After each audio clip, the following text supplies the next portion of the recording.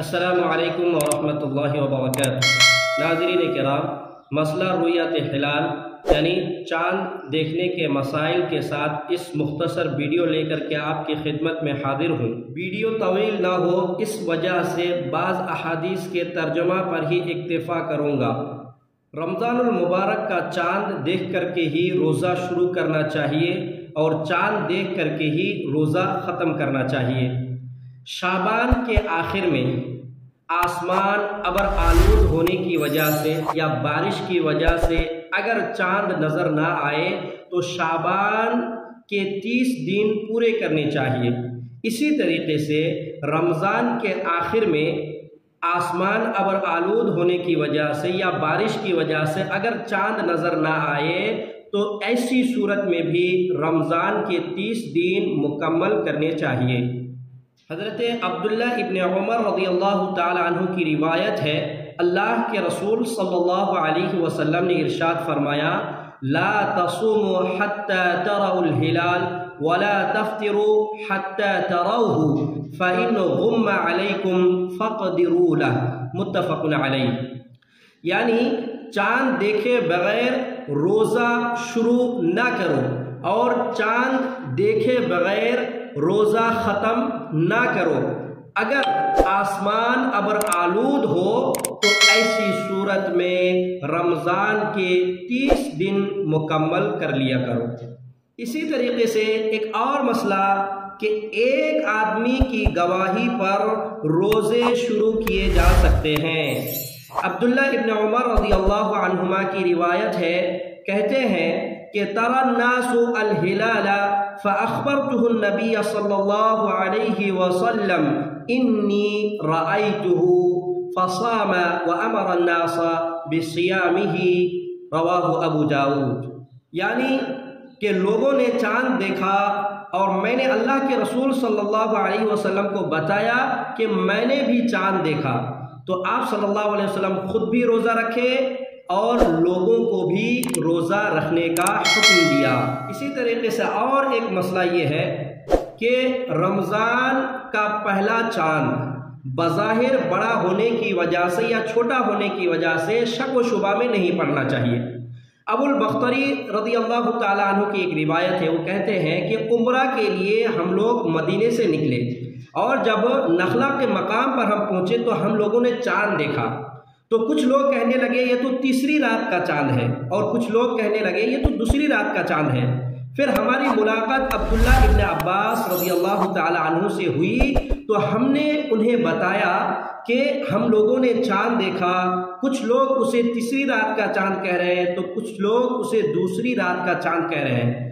تو حضرت عبداللہ ابن عباس رضی اللہ تعالیٰ عنہ نے سوال کیا، تم نے کس رات کا چاند دیکھا؟ تو انہوں نے بتایا کہ ہم نے فلاں رات کا چاند دیکھا۔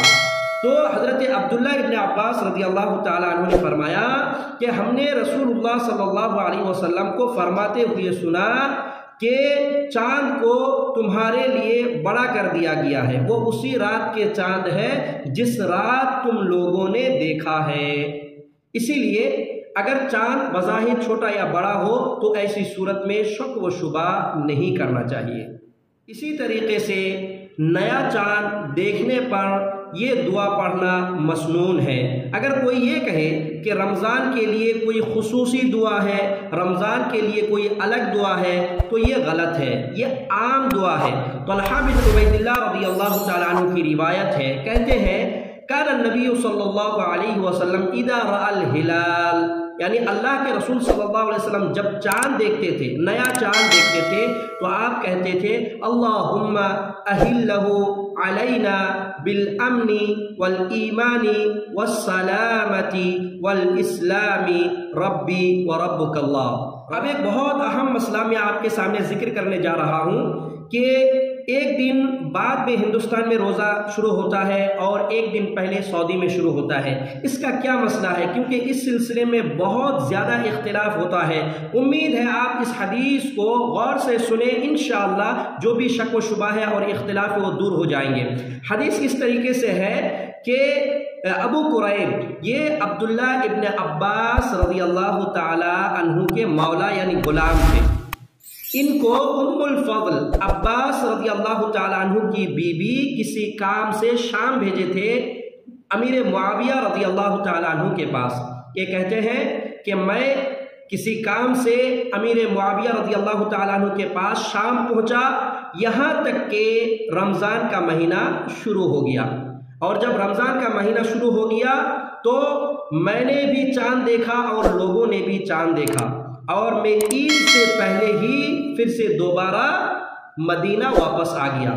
اور جب میں مدینہ واپس آیا تو آ کر کے عبداللہ ابن عباس رضی اللہ تعالیٰ عنہ سے ذکر کیا کہ ہم نے تو جمعہ کی رات کو ہی چاند دیکھا ہے، یعنی ہفتے کے دن ہم لوگوں نے روزہ رکھا وہاں پہ.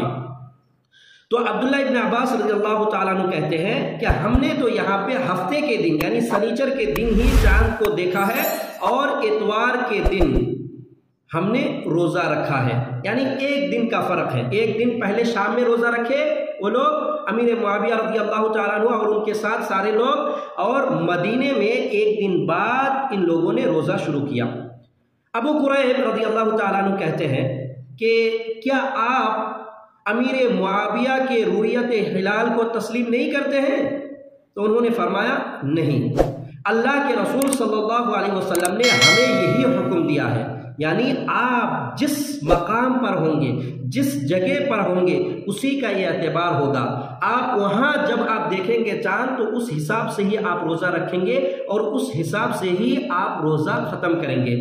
اس میں ایک مسئلہ اور بھی میں اضافہ کر دوں کہ اگر کوئی شخص ایک جگہ یعنی سعودی سے روزہ شروع کر دیا اور ہندوستان وہ پہنچا تو اس حساب سے یہاں پہ 30 روزے ہو گئے، وہ ہندوستان پہنچتے پہنچتے اس کے نزدیک 31 روزے ہو جائیں گے. تو اسی صورت میں وہ کیا کریں گے؟ وہ 30 مکمل کریں گے، اور جو ایک ایکسٹرا ہے اگر وہ چاہے نفل کی نیت سے رکھ لے، نہیں تو کوئی حرج نہیں، لیکن وہ 30 ہی مکمل کریں گے.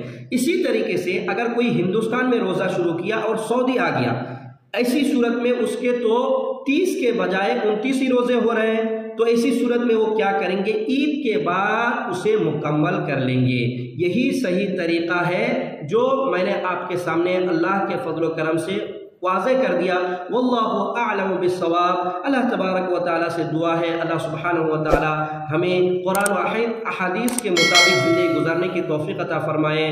آمین. والسلام علیکم ورحمۃ اللہ وبرکاتہ.